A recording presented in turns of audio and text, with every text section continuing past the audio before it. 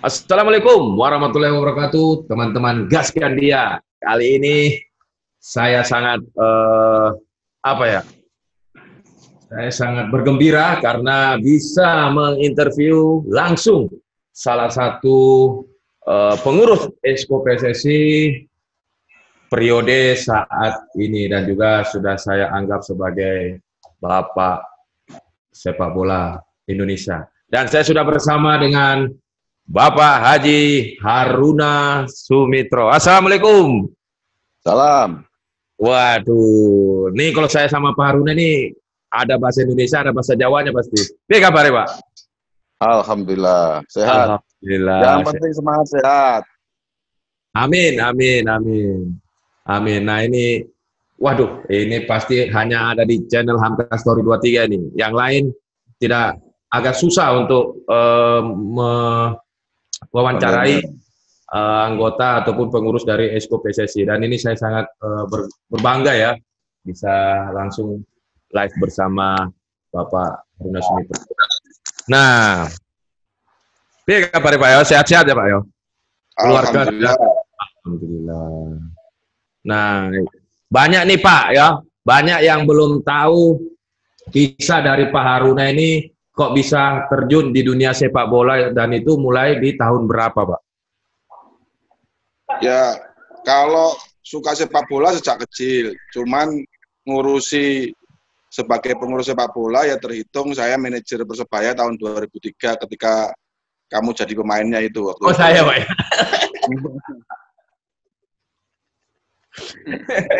Nah itu apa yang mendasari Pak Haruna ingin terjun menjadi seorang manajer sepak bola Pak? Ya, pertama karena hobi, emang sejak kecil rumah di desa itu dekat sama lapangan sepak bola, jadi emang suka main bola dari kecil, tapi gagal jadi pemain. Ya, otomatis karena kecintaan sebagai kepada sepak bola, nggak jadi pemain, jadi pengurus kan begitu. Nah, tahun 2003 ada momentum di mana waktu itu ada krisis di Persebaya, terdegradasi ke divisi 1 waktu itu, dan kemudian saya terpanggil untuk bersama-sama teman-teman di Surabaya untuk membangun kembali Persebaya, dan alhamdulillah 2003 Persebaya jadi juara dan promosi lagi ke divisi utama waktu itu. Ini salah satu pemain nih Pak ya, ini foto sampean nomor 23 siapa nih Pak? Itu pasti Hamka Hamzah. Nah, kecintaan Bapak Haruna ini kan mengawali itu langsung menjadi seorang manajer Persebaya. Berarti banyak yang belum tahu Pak Haruna ini juga mempunyai klub intern dari Persebaya, ya Pak ya? Ya, jadi awalnya itu saya mencintai sepak bola karena saya jadi supporter dari bonek waktu itu. Saya harus jadi bonek, dan kemudian sampai kemudian saya mendirikan salah satu klub internal di Persebaya, waktu itu namanya Rido FC, dan setelah itu saya terpanggil untuk membangun Persebaya itu gitu. Dan alhamdulillah karena sepak bola ini kan bukan menghasilkan ya Pak ya. Kalau kita tahu seorang manajer ataupun pemilik tidak begitu banyak menghasilkan, tapi banyak mengeluarkan ya Pak ya. Bapak tidak memikir ke situ sewaktu mulai mengambil alih manajer Persebaya? Jadi kecintaan terhadap sesuatu itu harus korban, apa saja. Jadi seorang yang benar-benar mencintai itu harus berani berkorban. Sama dengan kita menyenangi sesuatu, kalau kita menyenangi sesuatu, tidak ada kesenangan itu tidak berbayar kan gitu kan. Tidak ada kesenangan itu tidak ada pengorbanannya. Pasti semua kesenangan itu ada pengorbanannya, semua kesenangan itu ada risiko yang harus kita bayar kan gitu kan. Iya ya Pak. Nah, ada cerita menarik nih teman-teman gaskan dia. Ketika kami tim Persebaya naik lagi ke divisi utama, Pak Haruna selain memberikan bonus materi, juga memberikan bebas untuk mengambil barang di toko, yaitu Redo ya. Nah, salah satu pemain yang menghabiskan seluruh barangnya itu ya saya, yang lain akhirnya tidak dapat. Nah, setelah membawa Persebaya naik ke divisi utama ini Pak ya, itu kecintaan akan dan juga keinginan terus untuk menjadi seorang manajer itu Bapak tambah semangat dong ya. Akhirnya menjadi setelah Persebaya, kalau tidak salah langsung manajer PON Jatim. Ya, setelah tahun 2003 Pak Dahlan mundur dari Persebaya, bersama-sama saya juga mundur untuk memberi kesempatan kepada yang lain. Saya kemudian berkiprah lagi di Jawa Timur, kebetulan dipercaya jadi manajer PON di Palembang, yang juga salah satu pemainnya Hamka waktu itu. Kita juara bersama di Palembang, gitu kan, 2004. Gitu. Nah, jadi teman-teman, selama beliau menjadi manajer dan saya pemainnya, alhamdulillah saya selalu bisa memberikan mengangkat piala bersama Pak Haruna ini. Makanya ini selama bertahun-tahun nih beliau selalu menginginkan saya, tapi ya belum jodoh ya. Nah, setelah habis PON itu Pak, setelah habis PON, Bapak langsung kemana lagi itu? Jadi ketua Asprop kalau tidak salah Pak ya? Ya, habis membawa juara di PON itu, saya ditunjuk menjadi ketua Asprop sekarang namanya. Waktu itu namanya pengurus daerah, jadi ketua Pengda PSSI Jawa Timur. Yang kemudian tahun 2008 kita bisa mempersembahkan lagi emas juara PON di Kalimantan Timur waktu tahun 2008. Kalimantan. Ya. Oke. Nah, banyak yang nggak tahu ini, bahkan Pak Haruna setelah PON itu sempat menghilang, tiba-tiba muncul lagi menjadi manajer dari Madura United. Ya Pak ya? Ya. Itu di tahun berapa awal mula jadi manajer Pak? Di Madura. Jadi yang harus diketahui, Madura United ini adalah take over dari Pelita Bandung Raya waktu namanya PBR. Kemudian kita bawa, kita beli lisensinya menjadi klub Madura United tahun 2016. 2017 kita sudah mulai ikut kompetisi liga, yang namanya Torabika Soccer Championship TSC waktu itu. Dan sejak itulah kita bersama-sama Pak Hasanul membuat klub atau membawa klub PBR itu berubah menjadi klub Madura United. Oke. Berarti memang ini penjelasan langsung dari Pak Haruna, mantan manajer Madura United, bahwa tim Madura itu memang diakuisisi PBR ya Pak ya, langsung kerjasama dengan Madura. Nah, ini kan Madura United ini kan belum mendapatkan piala ya Pak ya, piala turnamen besar. Nah, tapi Bapak sudah sekarang menjadi seorang pengurus Esko PSSI. Nah, apa sih yang belum Bapak dapatkan ketika bersama Madura United, memanajeri Madura United Pak? Ya, saya tentu sedih karena sampai dengan sekian tahun saya menjadi manajer Madura United belum bisa mempersembahkan piala. Tapi itu adalah proses yang harus kita bangun dari awal, karena memang tujuan Madura United ini ada karena kita ingin menjadi trigger pembinaan sepak bola di Pulau Madura. Kita menjadi pionir agar juga pembinaan sepak bola di Pulau Madura itu bisa berkembang pesat sehingga bisa memiliki kontribusi kepada sepak bola nasional.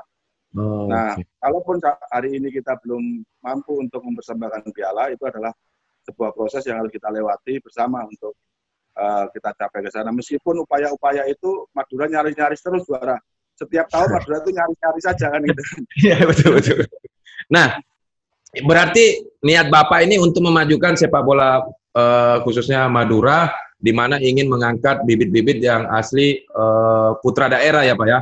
Dan salah satunya untuk daya tarik itu, makanya Madura mendatangkan selalu setiap musimnya itu pemain-pemain bintang, Pak ya. Nah, ini foto dari Pak Haruna ketika masih menjadi manajer Madura United. Ini masih muda nih, masih ganteng ini. Jenggotnya belum panjang. Nah, jadi itu Pak ya, salah satu untuk daya tarik adik-adik atau putra daerah dari Madura sendiri ini untuk menekuni dunia sepak bola. Apa betul itu Pak? Ya, Salah satu menarik para pemain bintang. ya memang kita ingin apa Madura United ini menjadi trigger, menjadi pionir agar masyarakat Madura itu punya kebanggaan, punya pride, punya harga diri bahwa ada tim yang mereka banggakan, sehingga di mana-mana mereka juga bisa menjadi satu kesatuan. Kita ingin Madura ini menjadi ikon, menjadi alat pemersatu masyarakat Madura di semua daerah, baik di luar Pulau Madura maupun di dalam Madura sendiri kan. Nah, berhasil nggak itu Pak? Program Bapak itu berhasil nggak akhirnya? Sekarang alhamdulillah berhasil. Orang kita di Papua, kita di Kalimantan, kita di Sumatera, kita pergi kemana, banyak orang Madura datang karena ada Madura United kan begitu. Nah, untuk saat ini banyak tidak muncul bibit-bibit adik-adik yang khususnya dari Madura itu sendiri membela tim kebanggaannya, Pak? Apakah sudah ada hasil? Alhamdulillah sekarang mulai dari youth development kita atau elite pro kita sudah mulai ada proses, dan di tahun ini ada 2 pemain dari youth development kita masuk kepada tim senior, dan alhamdulillah kita sudah bisa berhasil menarik itu, dan itu tentu proses panjang yang tidak bisa kita samakan dengan yang sudah berkembang besar seperti Surabaya, Bandung, Jakarta ataupun Makassar kan gitu kan. Ini yang harus kita lewati, harus sabar bahwa ke depan kita akan terus-menerus bersama-sama bahu-membahu untuk bisa mengangkat prestasi pemuda-pemuda Madura untuk masuk kepada klub Madura United ini kan. Amin. Nah, ini kan banyak selalu bertanya Pak setiap musimnya ini Pak Haruna. Setiap musimnya ini kan selalu beberapa tahun selama Pak Haruna ini menjadi manajer selalu datang pemain bintang. Nah, banyak yang bertanya apakah memang betul harga dari pemain ini mahal-mahal atau memang hanya cuma media saja Pak? Nah, ini langsung saya bicara kepada mantan manajer Madura United. Jadi biar teman-teman tahu.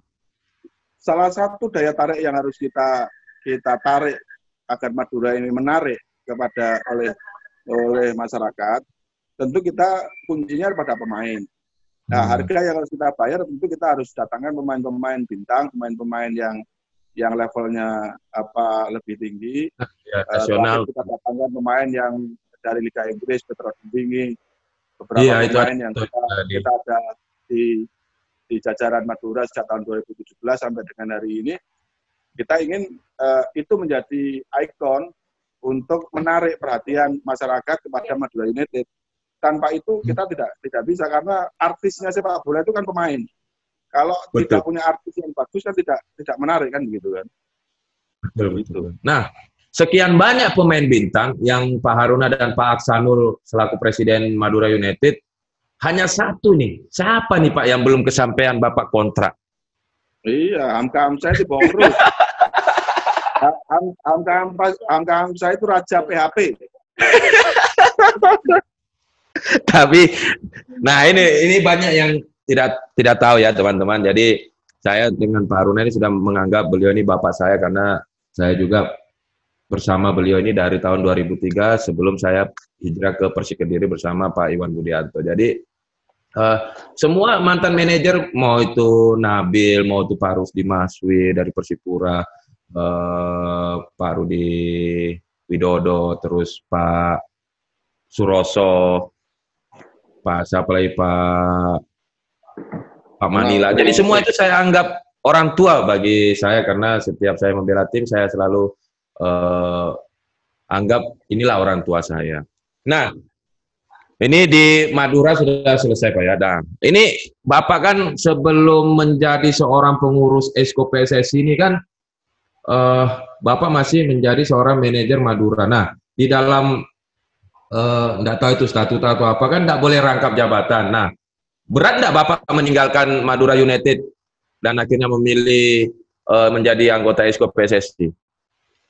Itu menyangkut adrenalin ya. Jadi pengurus sepak bola itu kalau tidak berada di bench maka adrenalinnya akan betul-betul hilang.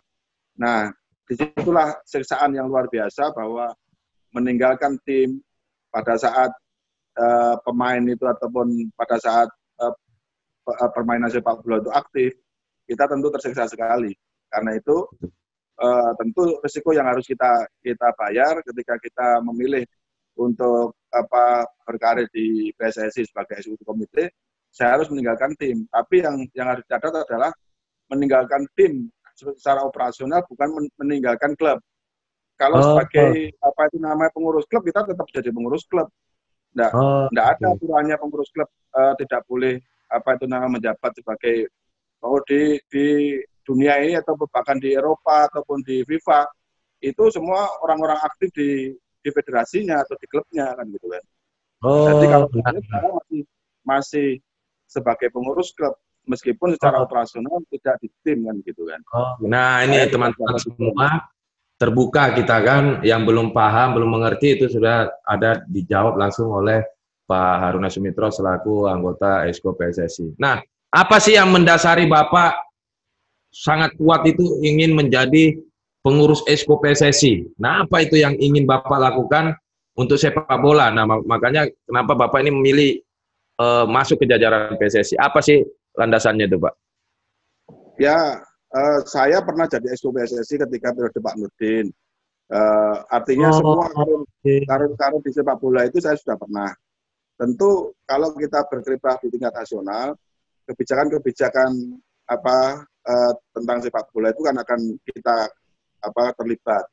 Karena itulah kita ingin semua dalam proses ini bisa berperan aktif di dalam pengambilan keputusan terhadap perkembangan sepak bola di Indonesia itu. Nah, dimasuk di jajaran Ketua Umum Bapak Iwan, ya kan, Bapak Iwan Bule lah, kalau saya manggilnya nama kerennya. Ini apa yang program apa yang dibuat oleh PSSI di bawah kepemimpinan Pak Iwan, Pak Haruna, untuk periode ini? Hari ini kita concern kepada bagaimana kita bisa menjadi tuan rumah Piala Dunia usia 20 di tahun 2021. Ini menjadi concern utama kita, prioritas utama kita, bagaimana kita bisa menyukseskan, karena ini kesempatan yang tentu langka terjadi, dan mungkin akan ratusan tahun yang akan datang baru kembali terjadi lagi kan gitu kan. Betul. Kesempatan ini tentu kita ingin mengoptimalkan menjadi tuan rumah yang baik, menjadi sukses sebagai tuan rumah maupun sukses prestasinya. Karena ini kesempatan kita masuk di jajaran Piala Dunia, tentu kita ingin punya peran aktif, punya prestasi yang tidak memalukan di dalam putaran turnamen itu sendiri. Usia 20 ini kan gitu. Amin. Jadi teman-teman, kita berdoa semua di bawah kepengurusan Pak Iwan, termasuk ada Pak Haruna dan yang lain-lainnya, bisa membawa Indonesia menjadi tuan rumah Piala Dunia. Ini tidak gampang nih. Ini jajaran kepengurusan periode 2000 berapa nih Pak Haruna? 2019 sampai 2024. Ya. 24. Nah ini ada Pak Iwan Bule, ada Pak Iwan Budianto, ada Bu Ratu Tisa, ada Pak Cucu. Banyaklah di sini para pengurus yang juga masih menjadi pengurus klub juga. Nah, dengan ini sepak bola kan berhenti Pak. Dengan situasi corona seperti ini, banyak nih teman-teman, bahkan saya sebagai pemain sepak bola, apalagi para pecinta, masih simpang siur mendengar berita apakah liga ini masih terus berjalan atau dihentikan. Nah ini enaknya langsung bersama Pak Haruna. Ya, kalau saya concern kita hari ini adalah kehidupan dulu ya. Kita mengutamakan kehidupan bukan penghidupan. Artinya kita mengutamakan bagaimana kesehatan, bagaimana keselamatan orang daripada kita memikirkan bagaimana rezeki kita. Sepak bola itu bagian dari rezeki kita, bagian dari penghidupan kita, pekerjaan kita. Kalau kita tidak selamat, kalau kita tidak sehat, kita tidak bisa bekerja, kan begitu logikanya. Karena itu kita sekarang utamakan bagaimana keselamatan, kesehatan ini menjadi prioritas utama kita. Saya pernah memberikan mention kepada PSSI agar kompetisi dihentikan saja. Karena dengan kita menghentikan itu, kita sudah bisa memastikan bahwa, oh sekarang berhenti. Kalau berhenti berarti ada prioritas yang harus kita prioritaskan sekarang adalah kesehatan dan keselamatan.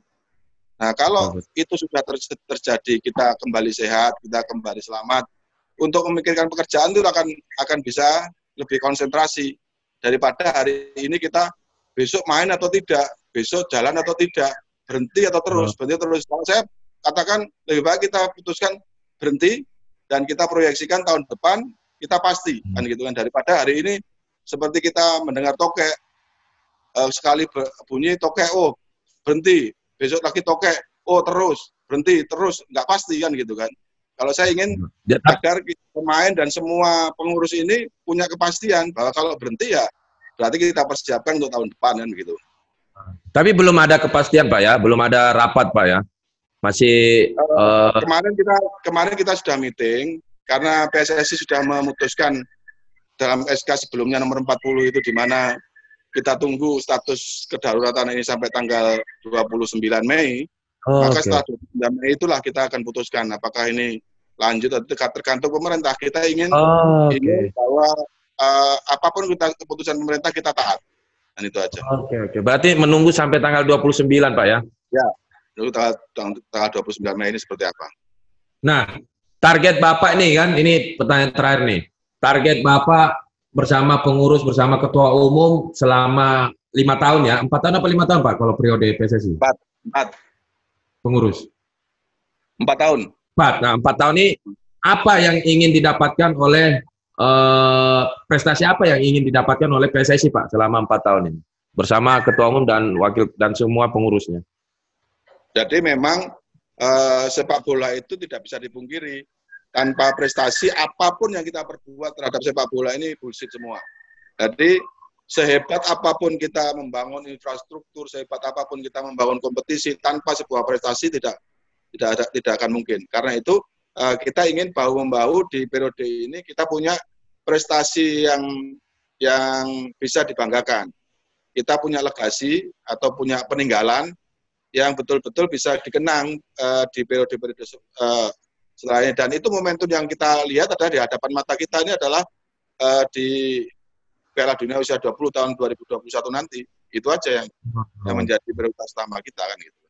Oke, prioritas bisa punya lompatan yang bagus dan punya prestasi yang bagus di Piala Dunia Usia 20 nanti di tahun 2021 nanti kan gitu. Amin. Nah itu teman-teman salah satu pencerahan yang diberikan oleh Pak Haruna Sumitro selaku pengurus Exco PSSI, dan sedikit banyak kita terbuka, saya pun terbuka. Jadi kita mendoakan jangan hanya mengkritik tapi tidak membangun. Mengkritiklah dengan membangun untuk para pengurus PSSI agar mereka bisa bekerja maksimal mungkin untuk menghadirkan prestasi bagi sepak bola Indonesia dan juga tim nasional kita. Oke, terima kasih Pak, waktunya Pak. Waduh, senang sekali ini. Sehat-sehat semua Pak ya. Ya, amin. Ojo lali, ya nomornya si pancet ya. Oke, teman-teman gaskan dia, terima kasih sudah menonton wawancara tadi. Saya bersama salah satu anggota pengurus Exco PSSI, di mana sudah banyak memberikan dan juga banyak kita kupas awal mula dari Pak Haruna Sumitro menjadi seorang manajer dan sekarang menjadi seorang Exco PSSI pengurus. Nah, itu tadi beberapa jawaban dari Pak Haruna, para pengurus PSSI periode ini. ingin juga membawa atau membangkitkan persepak bolaan Indonesia. Nah, kita sama-sama berdoa dan juga mendukung, dan tentunya masih banyak lagi tokoh-tokoh yang akan hadir di Gaskandia Talks. Oke, teman-teman. Assalamualaikum warahmatullahi wabarakatuh. Gaskandia.